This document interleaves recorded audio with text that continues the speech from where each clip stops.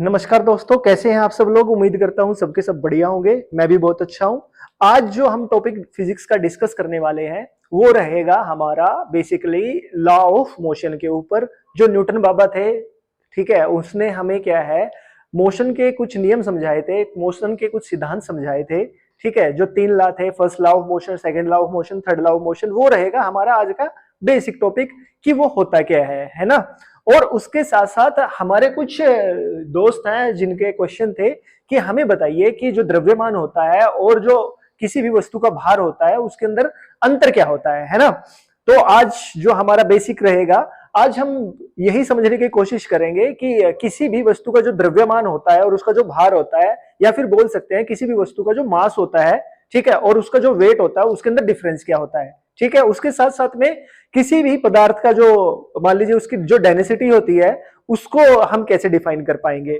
उसके साथ साथ में आज हम पढ़ेंगे मोमेंटम के बारे में भी, ठीक है, और उसके बाद हम पढ़ेंगे आज हमारे लॉ ऑफ मोशन के बारे में। फिजिक्स के जो न्यूटन बाबा ने हमें क्या है, जो लॉ दिए थे फिजिक्स के, उसके बारे में आज हम डिस्कस करेंगे। ठीक है, अभी हम बात करते हैं मास के बारे में या फिर द्रव्यमान के बारे में। अभी मान लीजिए कि मगर मैं बिल्कुल बेसिक्स में बात करूं, बिल्कुल जाके नीचे बात करूं, तो मान लीजिए मेरे पास एक मार्कर है। ये मार्कर किससे बना है? प्लास्टिक का बना हुआ है। ठीक है, अब इस मार्कर को बनाने के लिए जितनी भी प्लास्टिक यूज हुई है, ठीक है, मेरी बात ध्यान से सुनिएगा, मैंने क्या बोला। इस मार्कर को बनाने के लिए जितनी भी प्लास्टिक यूज हुई है, उस प्लास्टिक की मात्रा को क्या कहेंगे? इस मार्कर का द्रव्यमान कहेंगे या फिर मास कहेंगे। इसको और सिंपल भाषा में मैं बताता हूं। मान लीजिए मेरे पास ये बोर्ड है। ये बोर्ड किसका बना हुआ है? लकड़ी का बना हुआ है। ठीक है, अब इस बोर्ड के अंदर जितने भी ग्राम या किलोग्राम लकड़ी यूज हुई है, ठीक है, इस बोर्ड के अंदर जितने भी लकड़ी यूज हुई है, उस लकड़ी को क्या कहें? उस लकड़ी की मात्रा को क्या कहेंगे? इस बोर्ड का द्रव्यमान कहेंगे। ठीक है, मान लीजिए मेरे पास क्या है, एक कोई भी ऑब्जेक्ट है। मान लीजिए एक मेरे पास क्या है, एक लकड़ी का टुकड़ा है या लोहे का टुकड़ा है। ठीक है, एक लोहे का टुकड़ा, ये क्या है? छोटे छोटे छोटे छोटे छोटे छोटे पार्टिकल से बना है ना। छोटे छोटे छोटे छोटे छोटे टुकड़ों से बना होगा, है ना। छोटे छोटे टुकड़ों से तो बनता है कोई भी पार्टिकल।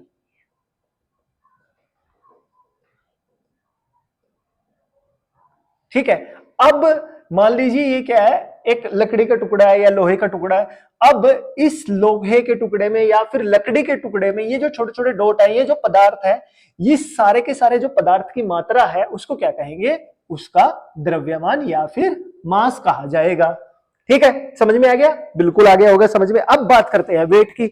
अब मैं बोल रहा हूं, जो ये मार्कर है, इसमें जितनी प्लास्टिक का यूज हुआ है, उस प्लास्टिक की जो मात्रा है, ठीक है, उसको क्या कहेंगे? इस मार्कर का द्रव्यमान कहेंगे।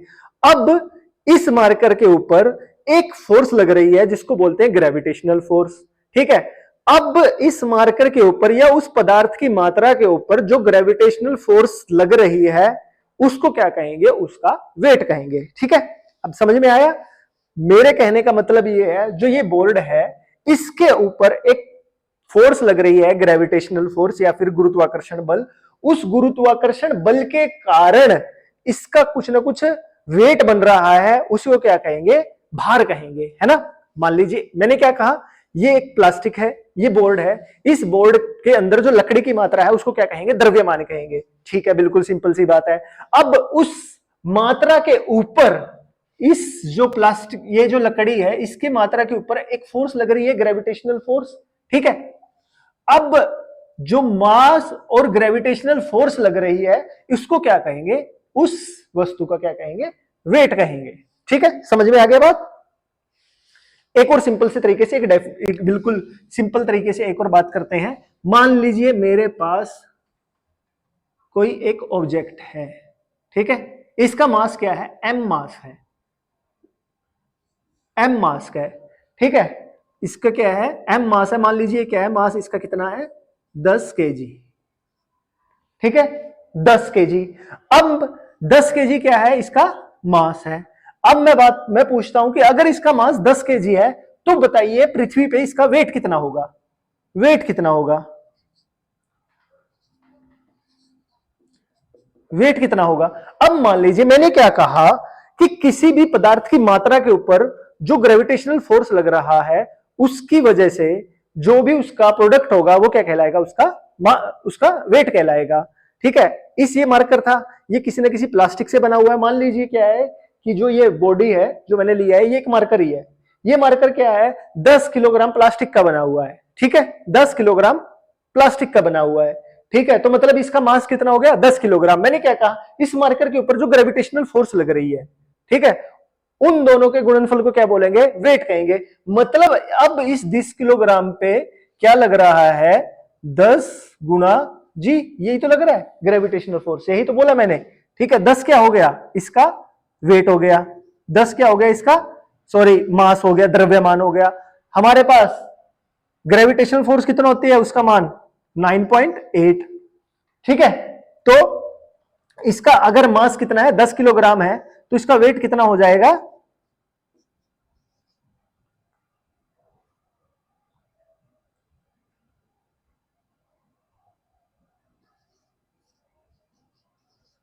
अठानवे किलो। ठीक है, समझ में आ गई बात। तो इसका वेट कितना होगा, 98 किलोग्राम। समझ में आ गया, बिल्कुल सिंपल सा था, उसके अंदर कुछ भी नहीं है। ठीक है, इसके अंदर कोई डाउट होना नहीं चाहिए। बस सिंपल सी बात यह है, जो मास है, ठीक है, जो मास होता है वो अगर उसको हम ग्रेविटेशनल फोर्स के साथ, ग्रेविटी के साथ गुणा कर दे तो वो क्या बन जाता है, भार बन जाता है। वो क्या बन जाता है, किसी वस्तु का भार बन जाता है। ठीक है, अब इसको मतलब हम इस प्रकार से भी समझ सकते हैं। मान लीजिए मैं बोलता हूं एक वस्तु है, कोई भी एक वस्तु है, मान लीजिए कि कोई भी एक वस्तु है जिसका वजन कितना है, 100 किलोग्राम है। ठीक है, उस वस्तु का जो द्रव्यमान है वो कितना है, द्रव्यमान 100 किलोग्राम है। तो बताइए वेट कितना होगा, उसका भार कितना होगा, भार कितना होगा। तो मैंने क्या कहा, भार क्या होता है, भार होता है तुम्हारा जो वेट है, वेट होता है तुम्हारा मास गुना में ग्रेविटी। ठीक है, तो मास कितना है इसका, 100, द्रव्यमान कितना है 100, इसको हम क्या करेंगे, ग्रेविटेशनल फोर्स के साथ गुणा कर देंगे तो कितना आ जाएगा इसका, 980 किलोग्राम क्या आ जाएगा, इसका वेट आ जाएगा। देखिए कितनी बड़ी बात है इसके अंदर, है ना। मास और वेट में कितना बड़ा डिफरेंस आया है। ठीक है, आज तक हम यही समझ रहे थे कि जो मास है उसको क्या बोलते हैं, वेट बोलते हैं, लेकिन वो बिल्कुल भी ऐसा नहीं होता है। मास होता है किसी भी पदार्थ के अंदर मौजूद मात्रा, उसको बोलेंगे उसका मास। और उस मास के ऊपर जो गुरुत्वाकर्षण बल लग रहा है उसको क्या बोलेंगे, उसको बोलेंगे उसका भार या फिर वेट। ठीक है, अभी मान लीजिए कि यहां पे देखिए कि जो मास था किसी भी वस्तु का वो कितना था, 10 किलोग्राम, है ना। और अब उसके वेट की बात करूं तो वेट कितना हो जाएगा, 98 किलोग्राम। समझ रहे हो आप बात। और जो वेट है हमेशा किस पे डिपेंड करता है, वेट डिपेंड करता है वहां जिस भी जगह पे वो है उसके ग्रेविटेशनल फोर्स के ऊपर, ग्रेविटी के ऊपर, है ना, उसकी ग्रेविटी के ऊपर। समझ में आ गई चीज, बिल्कुल सिंपल सी थी, इसके अंदर कोई डाउट होना नहीं चाहिए, है ना, इसके अंदर कोई भी डाउट होना नहीं चाहिए। ठीक है, बहुत ही सिंपल सा कंसेप्ट था कि मास क्या होता है, वेट क्या होता है ना। अब बात करते हैं द्रव्यमान की। द्रव्यमान क्या होता है, द्रव्यमान मान लीजिए क्या है कि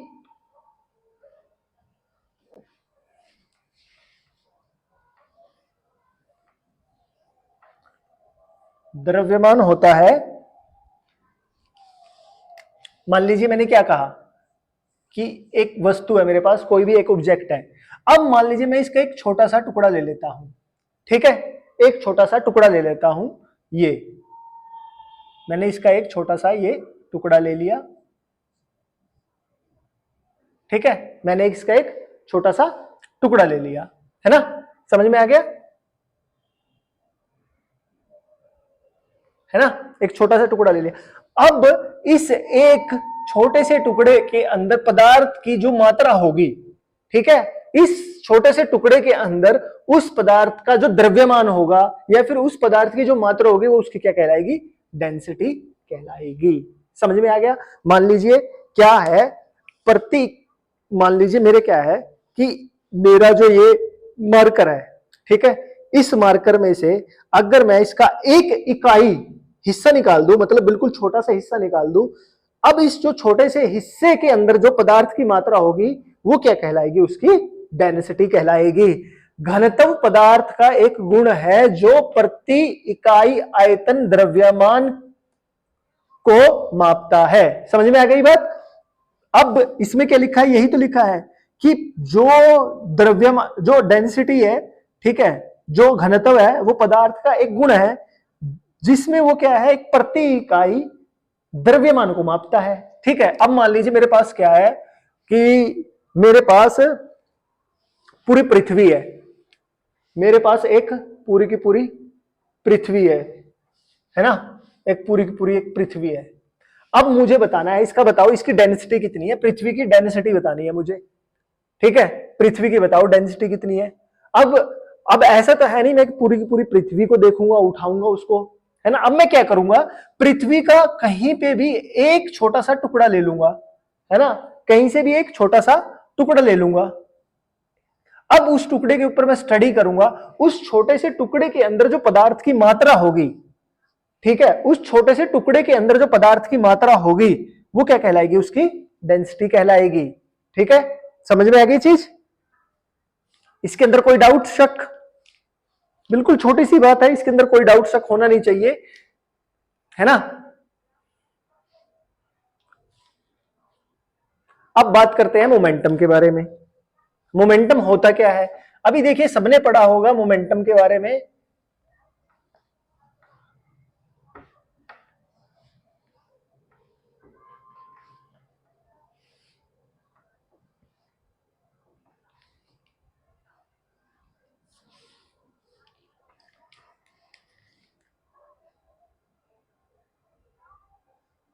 मोमेंटम, संवेग। अभी देख लीजिए, मान लीजिए क्या है कि कोई भी, अब कोई भी एक वस्तु है, ठीक है, इसका कुछ ना कुछ द्रव्यमान है, इसका कुछ ना कुछ द्रव्यमान है। मान लीजिए 10 केजी इसका द्रव्यमान है, ये क्या है, इसका मास या फिर उसका द्रव्यमान है, जो उसकी कोई ना कोई स्पीड है ना। अब इसकी कोई ना कोई क्या है, स्पीड है।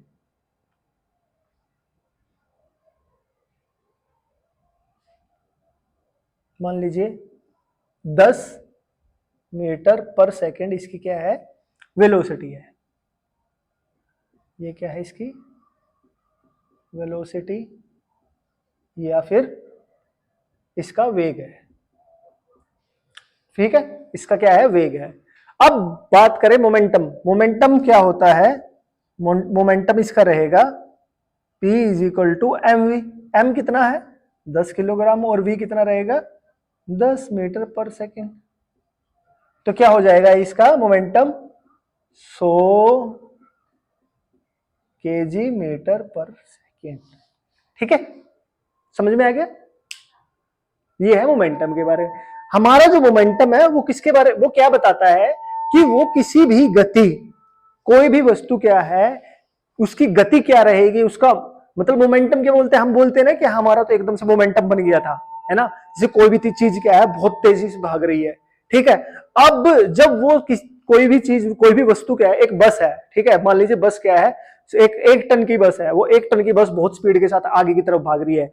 जब वो भाग रही है, जब वो आगे की तरफ भागती है, तो उसकी स्टडी को क्या बोलेंगे, उस स्टडी को क्या बोलेंगे, वो मोमेंटम ही कहा जाएगा। जब हम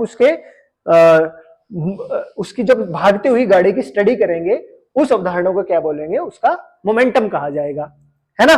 सिंपल सी चीज है बिल्कुल। अब कंजर्वेशन ऑफ मोमेंटम। अब देखिए बात करते हैं, जो मोमेंटम होता है वो क्या है।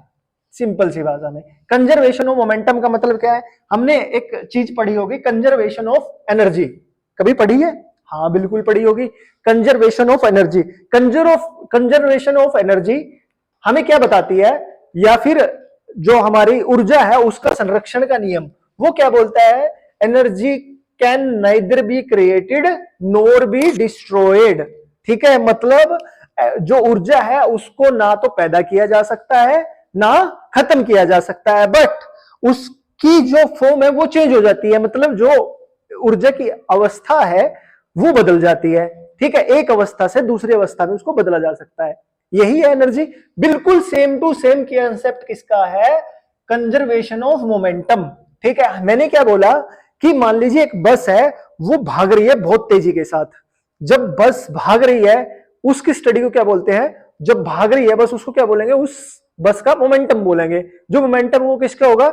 उसका जो मास है, उसका द्रव्यमान है, और जो उसकी वेलोसिटी है, उसका वेग है, उन दोनों के गुणनफल को क्या बोलेंगे? उसका मोमेंटम बोलेंगे, है ना। अब मैंने क्या कहा, जब ये मोमेंटम जो है P is equal to M V, ये क्या है? ना तो ये खत्म हो सकता है ना कम हो सकता है, मतलब ये क्या है? संरक्षित है। ये क्या होगा? बस एक फॉर्म से दूसरी फॉर्म में चेंज हो जाएगा। इसका मैं एग्जांपल बताता हूं। ठीक है, अब मान लीजिए मेरे पास एक गाड़ी है। ठीक है, अब मैं इसको प्रूव करता हूं। मान लीजिए मेरे पास एक गाड़ी है, मेरे पास एक गाड़ी है। ठीक है, ये एक गाड़ी है ना, एक दूसरी गाड़ी है,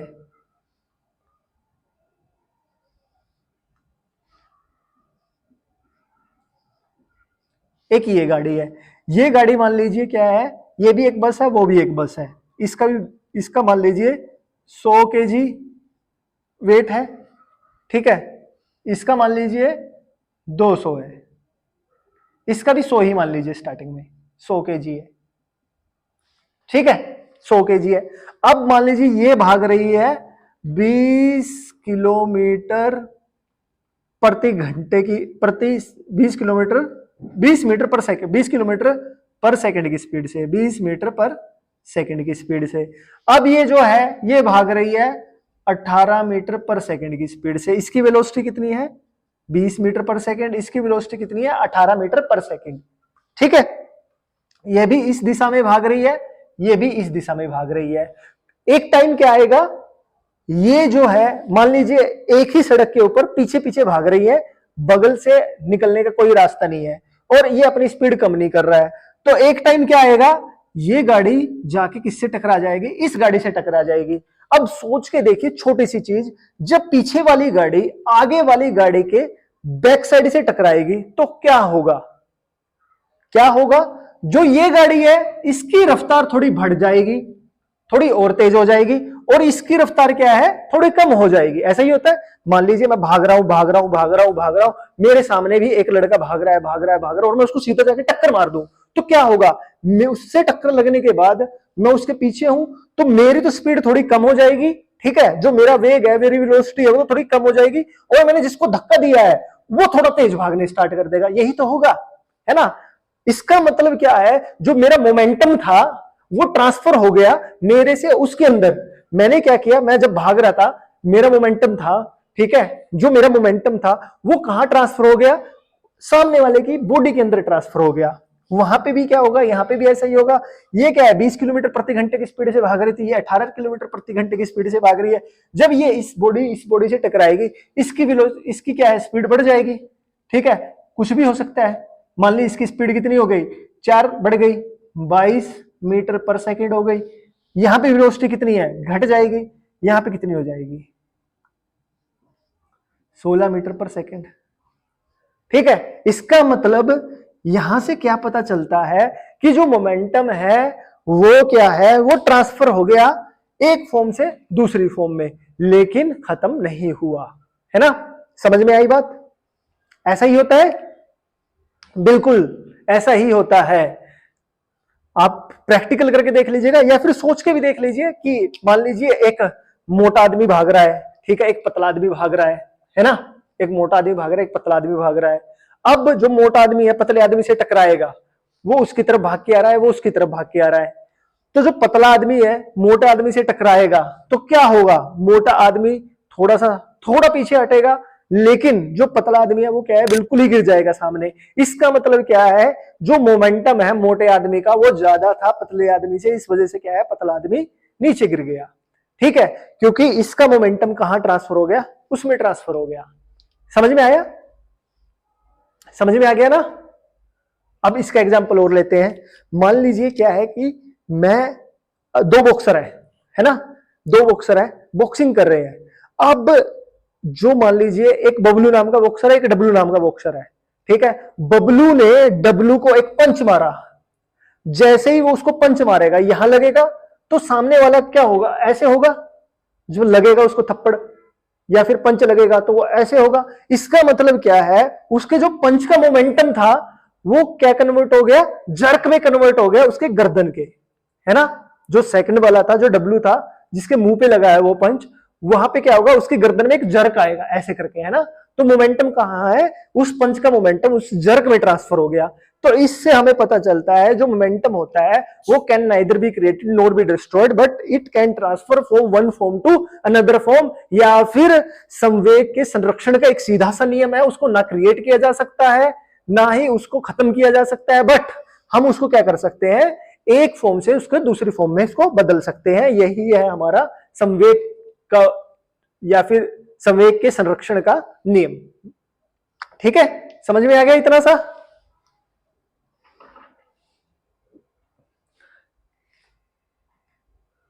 अब बात करते हैं इनर्शिया के बारे में, है ना। इनर्शिया क्या होता है, इनर्शिया, इनर्शिया मतलब जड़त्व, इनर्शिया होता है जड़त्व। जड़त्व के बारे में बात कर लेते हैं। देखिए जड़त्व का मतलब क्या है, जड़त्व होता है कि जो जैसा है वो वैसा रहना चाहता है। ठीक है, सिंपल सी भाषा है। मैं मतलब कोई भी वस्तु है, ठीक है, वो जब उसके अंदर कोई हम बदलाव करने की कोशिश करते हैं, किसी भी चीज के अंदर बदलाव करने की कोशिश करते हैं, तो वो जो वस्तु है जिसके अंदर बदलाव कर रहे हैं वो बोलते हैं कि यार मुझे बदलना नहीं है, मैं जैसा हूं वैसे ही हूं, तुम अपने घर खुश रहो, मैं अपने घर खुश रहूं। वही क्या है, वही इनर्शिया है। इनर्शिया भी हमें क्या बोलता है, तुम अपने घर खुश रहे भाई, मैं अपने घर खुश रहूं। ठीक है, मैं जैसा हूं मैं वैसा ही रहूंगा, मैं नहीं बदलूंगा। ठीक है, तुम जैसे हो तुम वैसे ही रहो, तुम भी मत बदलो, है ना। ठीक है, समझ में आ गया। तो जड़त्व यही बोलता है, जो इनर्शिया है उसका क्या है, उसका एक सीधा सा सिंपल सा कंसेप्ट है कि जो इनर्शिया है वो क्या करता है, किसी भी प्रकार के परिवर्तन का विरोध करता है। ठीक है, नाम से ही पता लग रहा है, जड़त्व मतलब कि जैसे का तैसा। ठीक है, मतलब जैसा है वैसे का वैसा। ठीक है, अब ये क्या करता है, ये अपने अंदर वेग में परिवर्तन का विरोध करने की प्रवृत्ति है इसकी। ठीक है, जो जड़त्व है वो क्या बताता है कि मुझे अपने अंदर क्या है, अपने जो वेग है मेरा उसके अंदर मैं परिवर्तन नहीं करना चाहता, मैं जैसा हूं वैसा का वैसा रहना चाहता हूं। ठीक है, ये है जड़त्व। अब इसका मैं कुछ एग्जांपल बताता हूं। अब मान लीजिए कि हमारे घर में एक चद्दर है, हम क्या करते हैं, चद्दर को कभी झाड़ते हैं, देखा होगा आपने झाड़ते हुए चद्दर को। ठीक है, चद्दर को आपने झाड़ते हुए देखा होगा, एक तरफ से आपने चद्दर पकड़ी, दूसरी तरफ से आपके भाई ने या बहन ने चद्दर पकड़ी। जब आप उसको ऐसे करके झाड़ोगे, है ना, तो उसके अंदर से क्या निकलेगी, धूल निकलना स्टार्ट हो जाएगी, डस्ट पार्टिकल निकलना स्टार्ट हो जाएंगे। वो कभी सोचा है कि उसके अंदर से डस्ट पार्टिकल क्यों बाहर निकल रहे हैं? जब चद्दर झाड़ रहे हो तो चद्दर ऐसे हो रही है, लहरा रही है, तो जो उसके अंदर धूल के पार्टिकल है वो भी तो ऐसे ही जाने चाहिए थे, नहीं। अब कंसेप्ट समझ के देखो कि पहले चद्दर ऐसे थी, आपने ऐसे झाड़ी, तो उसके अंदर जो धूल थी वो वहीं पे स्थिर रहने की कोशिश कर रही है, लेकिन जैसे ही आपने फोर्स लगाया, चद्दर एक बार नीचे गई एक बार ऊपर गई, लेकिन जो डस्ट के पार्टिकल थे उसके अंदर जो धूल के कण थे वहीं पे ही रहने की कोशिश कर रहे हैं, इस वजह से क्या है वो बाहर आ जाते हैं। ठीक है, जो डस्ट के पार्टिकल है वहीं पे रहने की कोशिश करते हैं, इसकी वजह से उस चद्दर के अंदर से क्या है, वो डस्ट के पार्टिकल बाहर आ जाते हैं, है ना। कई बार क्या होता है कि हमारे पास क्या होती है, एक चटाई होती है, हम उस चटाई के ऊपर ऐसे डंडा मारते हैं, फिर उस डंडा मारने से क्या हो जाता है, चटाई के ऊपर जैसे ही हम उसको चटाई के किसी छड़ के साथ पिटाई करते हैं तो चटाई क्या है, चटाई के अंदर से धूल के कण निकलना स्टार्ट हो जाते हैं। वो क्यों? क्योंकि चटाई ऐसे लटकी हुई थी, जैसे उसको मारा चटाई क्या गई, पीछे की तरफ गई, लेकिन धूल के कण क्या है, वहीं पे अपने आप को रोकने की कोशिश करेंगे। ठीक है, वहीं पे अपना जड़त्व बनाने की कोशिश करेंगे, अपना इनर्शिया चेंज नहीं करेंगे, अपने वेग के अंदर क्या है, वो किसी भी प्रकार का परिवर्तन नहीं लाना चाहते। तो क्या है, उस वजह से जो डस्ट के पार्टिकल है वो नीचे गिर जाएंगे, चटाई पीछे चली जाएगी, है ना। स्लो मोशन में कभी देखोगे बिल्कुल ऐसा ही होगा। अब और मैं एग्जांपल देता हूं। ठीक है, आप लोग बस में बैठे होंगे, है ना, कार में बैठे होंगे, बाइक पे बैठे होंगे, मतलब किसी ना किसी ट्रांसपोर्ट में आप कभी ना कभी बैठे ही होंगे, है ना। अब जैसे मान लीजिए कि आप बस में बैठे हुए हैं, एकदम से सडनली ब्रेक लगा, तो आपकी बॉडी क्या है, आगे की तरफ भागती है नहीं भागती है? वो क्यों होता है ऐसा? वो होता है कि जब आप बस में बैठे होते हो, जो बस की स्पीड होती है वही स्पीड आपकी होती है। मान लीजिए बस 10 किलोमीटर प्रति घंटे की स्पीड से भाग रही है, तो इसका मतलब क्या है, प्रैक्टिकली आप बस के साथ साथ ही तो भाग रहे हो आगे। जैसे ही बस ने क्या किया, ब्रेक दिया, लेकिन जैसे ही बस क्या करेगी, ब्रेक देगी, आपकी बॉडी क्या कहेगी, नहीं मुझे तो आगे की तरफ भागना है ना, मुझे आगे की तरफ भागना है। ठीक है, लेकिन जो बस, जो आपकी लोअर बॉडी है, जो बस के साथ मान लीजिए जो सीट पे बैठे हो आप, पांव आपके नीचे लगे हुए हैं, वो नीचे वाली बॉडी जो बस के साथ अटैच है, वो क्या कहेगी, नहीं मैं तो यहीं पे रहने की कोशिश करूंगी। और ऊपर की बॉडी जो बस के साथ कहीं पे भी कॉन्टेक्ट में नहीं है, वो क्या कहेगी, मैं आगे की तरफ भागूंगी। इस वजह से क्या है, आप आगे की तरफ एकदम धक्का लगता है, आप आगे की तरफ गिरते हो जाके, है ना। क्यों? क्योंकि जो आपकी नीचे की बॉडी है वो क्या बोलती है कि मैं नहीं जाऊंगी, मैं रेस्ट में हूं, मैं रेस्ट में ही रहूंगी। लेकिन ऊपर की बॉडी क्या है, आपकी बोलती है नहीं मैं तो गति में थी, मैं आगे की तरफ ही भागूंगी। ठीक है, समझ में आ गई चीजें? इसी को बोलेंगे इनर्शिया। कुछ भी नहीं है इसके अंदर, यही चीज है। इनर्शिया हमें क्या बताता है, इसी चीज के बारे में बताता है। अब देखिए इनर्शिया क्या है, इनर्शिया हमारे पास होता है 3 प्रकार का, है ना। इनर्शिया होता है हमारे पास 3 प्रकार का। अभी वो क्या क्या है, अभी पहले जैसे मैंने एग्जांपल बताया आपको, और भी एग्जांपल देख लेते हैं। अभी देखिए क्या है, इसमें बताया गया जब कोई बस अचानक से गिरती चलते चलती है, वो ब्रेक लगाती है, वो मैंने आपको बता दिया। ठीक है, उसके बाद क्या है कि आपने देखा होगा कि जब भी कोई क्या है कि कोई भी एथलीट है, एक लंबी छलांग लगाने की कोशिश करता है, वो क्या करता है, पहले बहुत दूर से भागेगा, है ना, बहुत दूर से भागेगा, फिर एक पॉइंट आएगा जहां से वो ऐसे उछलेगा। वो क्यों ऐसा होता है कि वो बहुत दूर से भाग के आया? वो इनर्शिया की वजह से ही होता है कि जब वो पूरी तेज बहुत दूर से भागता आ रहा है, ठीक है, वो 20 किलोमीटर प्रति घंटे की स्पीड से जब वो भाग रहा है, तो जैसे ही वो जंप करता है, तो जब वो भाग रहा था तो उसकी बॉडी क्या बोलेगी कि नहीं, जो ये गति थी मैं इसको मेंटेन करके रखूंगी, है ना। बॉडी यही तो करती है, उसी स्पीड के साथ आगे की तरफ छलांग लगाते हैं, है ना। तो वो क्या करती है, वो रुकने की बजाय गति में आने की कोशिश करती है ना। समझ में आ गया? तो ये क्या है, एथलीट जब एकदम से भागता है तो ऐसे ही करता है। अभी क्या है कि जैसे मान लीजिए सडनली जो ड्राइवर है आपका ऐसे घुमा देता है कर्व के ऊपर। जब पहाड़ों में आप गए होंगे, पहाड़ों पे एकदम से क्या है, मोड़ आ जाता है, जैसे ही मोड़ते हैं गाड़ी इस तरफ मुड़ती है और हम इस तरफ मुड़ते हैं, गाड़ी इस तरफ मुड़ती है, हम इस तरफ मुड़ते हैं, ऐसा ही होता है ना, बिल्कुल ऐसे ही होता है। गाड़ी ऐसे मुड़ेगी, हम ऐसे जाएंगे, गाड़ी ऐसे मुड़ेगी, हम ऐसे जाएंगे। वो क्यों होता है? वो इनर्शिया की ही वजह से होता है, क्योंकि हमारी जो बॉडी है वो अपोज करती है, वो जैसे चल रही है सीधे सीधे और एकदम से मोड़ आता है, तो हमारी बॉडी क्या बोलती है कि नहीं मैं नहीं मुड़ूंगी, जाओ तुम ही मुड़ जाओ। तो इसलिए गाड़ी इधर मुड़ती है और हम इधर मुड़ते हैं, है ना। ऐसे ही होता है, बिल्कुल ऐसे ही होता है। यही किस वजह से होता है, सारा का सारा इनर्शिया की वजह से ही होता है ना। अब देखिए टाइप ऑफ इनर्शिया, इनर्शिया कितने प्रकार का होता है। मैंने बताया कि आपको इनर्शिया होता है हमारे पास 3 प्रकार का। अब इनर्शिया 3 प्रकार का कैसे होता है? पहला जो होता है inertia at rest. Inertia at rest, इसका मतलब क्या है कि जो भी वस्तु रेस्ट में है वो हमेशा क्या है, वो रेस्ट में रहने की कोशिश करती है। ठीक है, अगर कोई वस्तु क्या है, रेस्ट में है, आराम से बैठी हुई है, वो क्या चाहती है कि मैं आराम से ही बैठी रहूं, है ना, मैं अपने अंदर कोई परिवर्तन ना करूं, मैं अपने अंदर कोई भी मूवमेंट ना करूं, मैं अपने अंदर जो भी मेरा वेग है मैं उसको ना बदलूं, है ना। जो बॉडी रेस्ट में है वो रेस्ट में ही रहना चाहती है, वो अपने आप को बदलना नहीं चाहती। ठीक है, ये क्या बोलता है कि जैसे मैंने बताया कि जो धूल के कण थे चटाई के अंदर, वो क्या है, रेस्ट में रहने की कोशिश करते हैं, लेकिन जैसे उसके ऊपर डंडा पड़ता है, चटाई पीछे चली जाती है और धूल के कण वहां पे दिखाई देने लग जाते हैं। वो हो गया हमारा इनर्शिया ऑफ रेस्ट। ठीक है, विश्राम का जड़त्व। दूसरा होता है हमारे पास इनर्शिया ऑफ मोशन, मतलब कि जो भी चीज है, अगर कोई वस्तु गति में है, आगे की तरफ भाग रही है, ठीक है, तो वो हमेशा गति में रहने की कोशिश करती है, जब तक क्या है कोई दूसरा फोर्स उसके ऊपर अप्लाई ना हो जाए, है ना। तो ये क्या है कि जैसे मान लीजिए गति का जड़त्व का नियम है ये। अब इसका अगर एग्जांपल की बात करें कि एक साइकिल चालक है, वो साइकिल चला रहा है ना। जैसे ही साइकिल चालक क्या करता है, ब्रेक मारता है, तो हम एकदम आगे की तरफ ऐसे उतरते हैं। ठीक है, क्यों? क्योंकि जो जैसे हम साइकिल चला रहे थे उस टाइम पे हमारा जो शरीर था, जो साइकिल थी, वो गति में थी, तो हमारी जो बॉडी है वो चाहती है कि मैं गति में ही बनी रहूं, है ना। जब हम ब्रेक अप्लाई करते हैं तो हम आगे की तरफ जाते हैं। तीसरा आ जाता है इनर्शिया ऑफ डायरेक्शन, ठीक है, या फिर दिशा का जड़त्व, दिशा का जड़त्व। अब मान लीजिए क्या है, दिशा का जड़त्व। अब मान लीजिए हमारे पास एक अमरूद का पेड़ है या फिर आम का पेड़ है।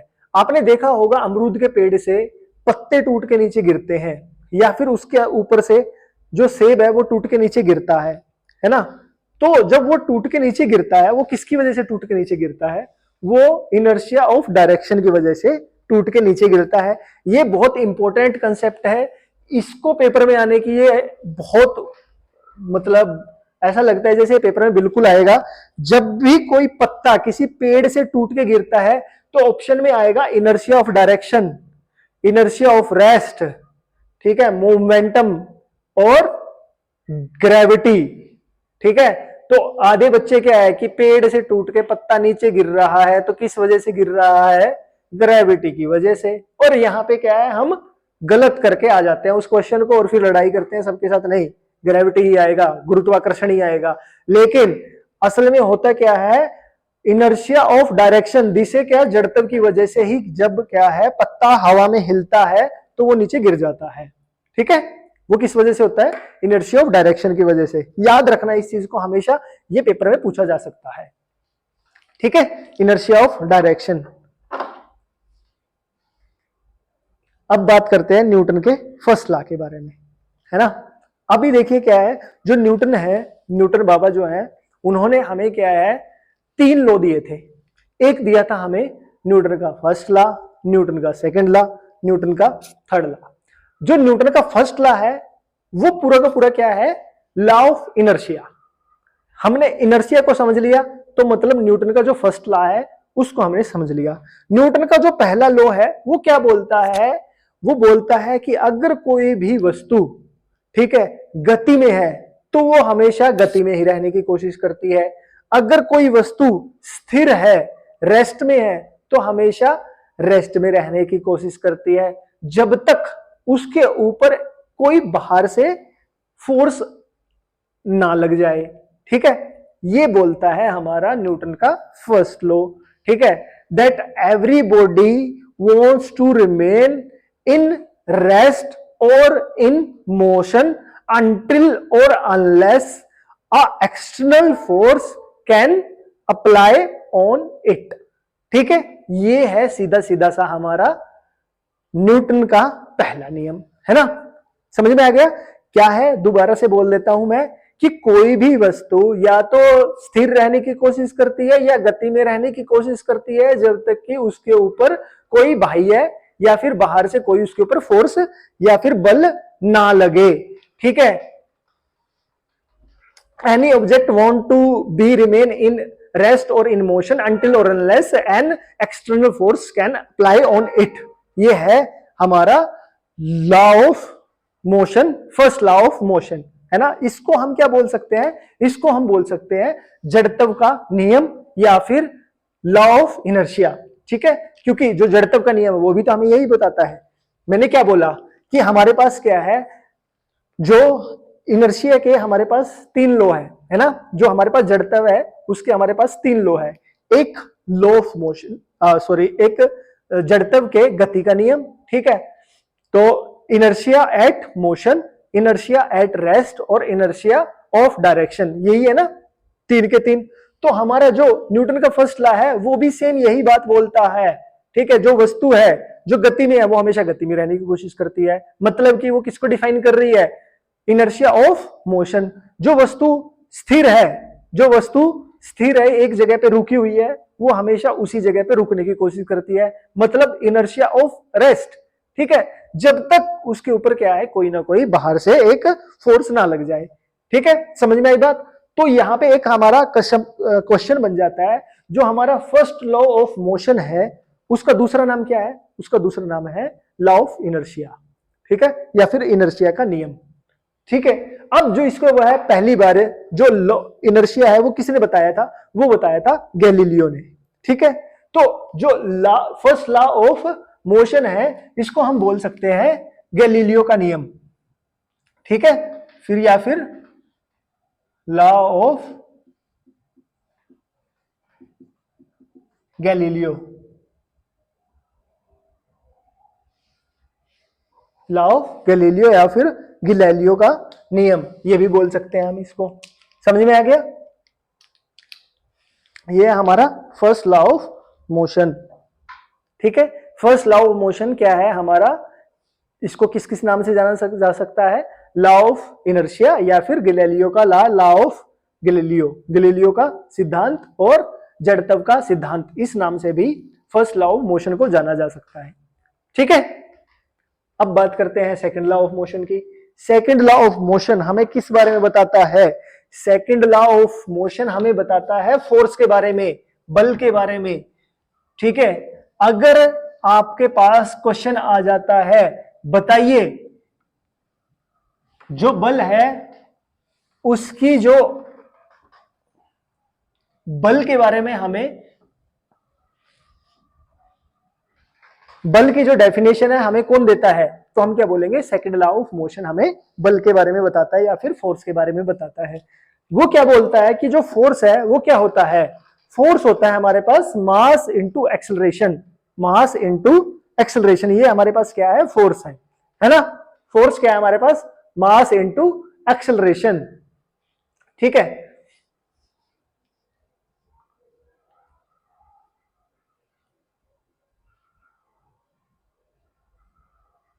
समझ में आई बात।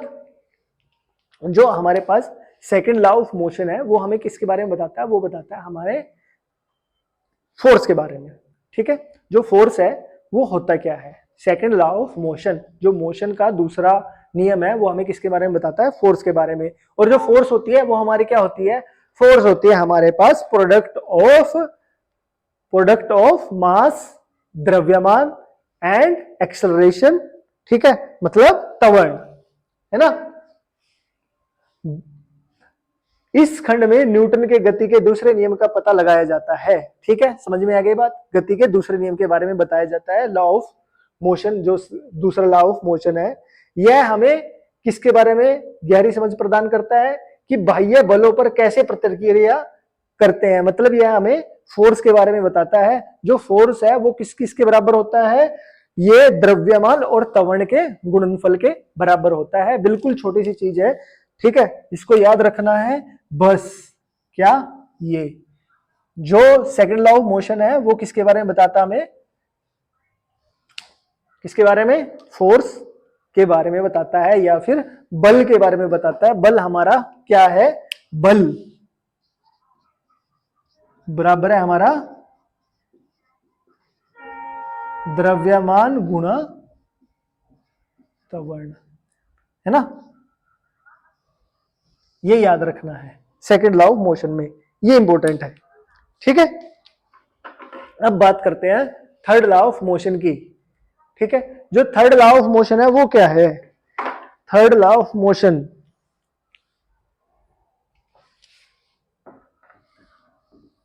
मेरे ख्याल से थर्ड लॉ ऑफ मोशन के बारे में जो इसकी डेफिनेशन है वो लगभग हर किसी को याद होगी।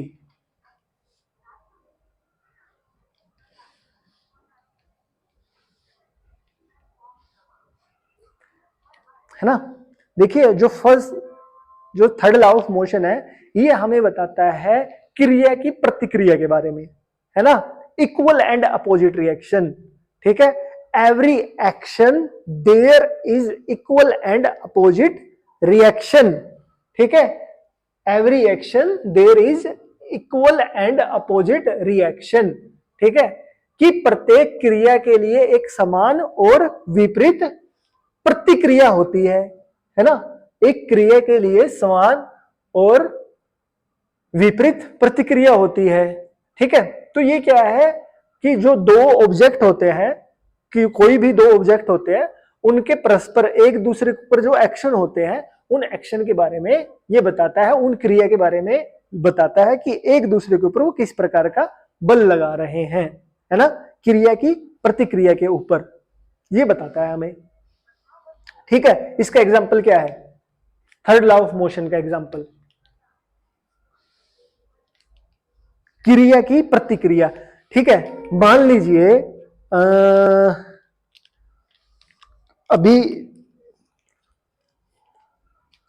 मेरे पास, आपने एक चीज देखी होगी, जो जिम करने वाले होते हैं, जो जिम करने वाले होते हैं या एथलीट होते हैं या फिर जो पहलवान होते हैं, वो एक एक्सरसाइज करते हैं, वो एक हथौड़ा उठाते हैं और एक टायर के ऊपर मारते हैं, है ना। देखा है कभी, एक हथौड़ा उठाएंगे और टायर पे मारेंगे, ठीक है। अब जब वो हथौड़े को टायर के ऊपर मारते हैं तो टायर क्या करता है, उसको वापस बाउंस बैक करता है ना। टायर क्या करेगा, जैसे हथौड़ा टायर से टकराएगा, उछल के वो वापस आएगा। इसका मतलब हथौड़े ने क्या किया, एक क्रिया दी, ठीक है। अब उस क्रिया के विपरीत और समान टायर ने क्या किया, उसको वापस उछाला पीछे की तरफ, ठीक है, एक प्रतिक्रिया दी। ये क्या है, न्यूटन के थर्ड लॉ का एक एग्जाम्पल है। बंदूक है, मैंने ऐसे बंदूक से फायर किया, बंदूक की गोली आगे की तरफ जाएगी और बंदूक को क्या करेगी, पीछे की तरफ धकेलेगी। बंदूक की गोली आगे की तरफ जाएगी और बंदूक को क्या करेगी, पीछे की तरफ धकेलेगी, जिसकी वजह से क्या है, हमारे कंधे में झटका लगता है। तभी तो हम जब भी फायर करते हैं, देखा होगा आपने, जो राइफल होती है हमेशा कंधे के ऊपर ऐसे लगा के तब हम उसको फायर करते हैं, है ना। क्यों कंधे पे क्यों लगाते हैं, ताकि जर्क ना आ जाए, क्योंकि जब भी गोली उसके अंदर से निकलेगी तो वो क्या करेगी, बंदूक को पीछे की तरफ धकेलेगी और बहुत ही तेजी के साथ धकेलेगी। अगर वो हमारे कंधे पे या बाजू से लगे तो हमारे कंधे की हड्डी टूटने का या फिर फ्रैक्चर आने का खतरा बना रहता है ना। तो वो क्या हुआ, जैसे ही मैंने फायर किया, जैसे ही गोली आगे की तरफ गई, उसने क्या किया, एक बंदूक को बैक फायर किया, पीछे की तरफ धकेला, मतलब क्रिया की उसने प्रतिक्रिया दी, है ना। समझ में आ गई चीज। ये है क्रिया की प्रतिक्रिया देना ही क्या कहलाता है, न्यूटन का तीसरा लॉ है। तीसरा लॉ हमें यही बताता है। समझ में आ गया, ठीक है। अब ये हो गया, इसके बहुत सारे एग्जाम्पल हो सकते हैं, ठीक है, कि बंदूक का हो गया हमारे पास, ये जो मैंने आपको हथौड़े वाला बताया ये हो गया, ठीक है। अब मान लीजिए मैं किसी को एक थप्पड़ मारता हूं, सामने वाला भी मुझे क्या करेगा, एक थप्पड़ मारेगा, मतलब मेरी क्रिया की मुझे प्रतिक्रिया वहीं पे मिल जाएगा, ठीक है। क्रिया की प्रतिक्रिया का मतलब अगर हम सिंपल भाषा में बोला जाए तो जो इनके कर्मों का फल है वहीं पे मिल जाता है ना। कर्मा ऑलवेज बैक, तो हम वहां से भी इसको रिलेट कर सकते हैं। तो क्रिया की प्रतिक्रिया हमें वहां से मिल सकती है ना। हम जो जैसा करेगा वो वैसा पाएगा, वो क्या बोलता है न्यूटन का तीसरा लॉ, है ना। हम जैसा करेंगे किसी के लिए हमें भी वैसा ही मिलेगा, ठीक है। हम किसी को थप्पड़ मारेंगे, सामने वाला भी थप्पड़ मारेगा, ठीक है। हम किसी को हाथ जोड़ के नमस्कार करेंगे तो सामने वाला भी हाथ जोड़ के ही हमें नमस्कार करेगा, या फिर वो जो भी उसका तरीका है, अपने तरीके से वो हमें क्या है, जैसे हम उसका स्वागत कर रहे हैं वो भी हमारा वैसे ही स्वागत करेगा, ये निश्चित है ना। तो हमें क्या है, हमें वहां पे क्रिया की प्रतिक्रिया देखने को मिलती है, ठीक है। यही हमारा क्या है, न्यूटन का थर्ड लॉ ऑफ मोशन है, ठीक है। चलो ठीक है, तो फिर मिलते हैं नए लेक्चर में, तब तक अपना ख्याल रखिएगा, धन्यवाद, नमस्कार।